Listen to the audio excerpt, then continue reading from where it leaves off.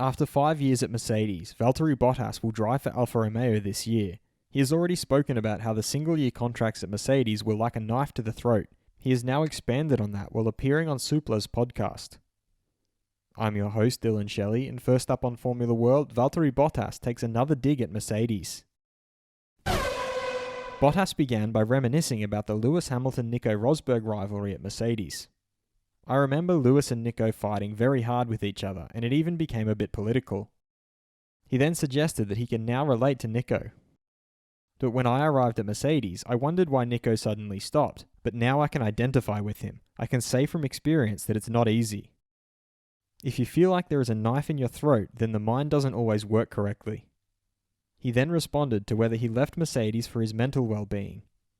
It's not because of that. This is the right time in my career, starting my 10th year in F1, so to have responsibility and to be able to really make a difference is great. However, he summed up his words by stating that he has never been happier than since joining Alfa Romeo. I can say that I have laughed and smiled much more since I made that Alfa Romeo announcement. That's a fact. My well-being has improved to different levels in all aspects. Fast feed.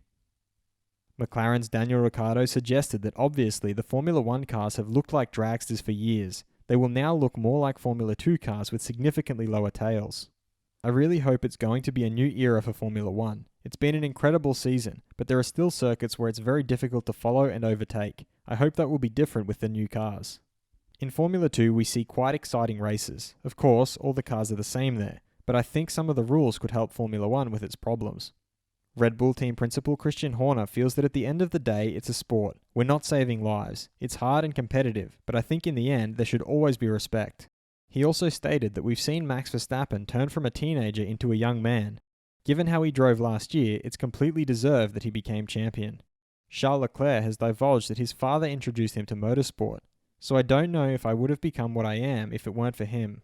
Even though I think maybe I would have ended up as a racing driver anyway, since it's in my DNA, it's what I love doing the most, but I don't think I would have made it to Formula 1 without him.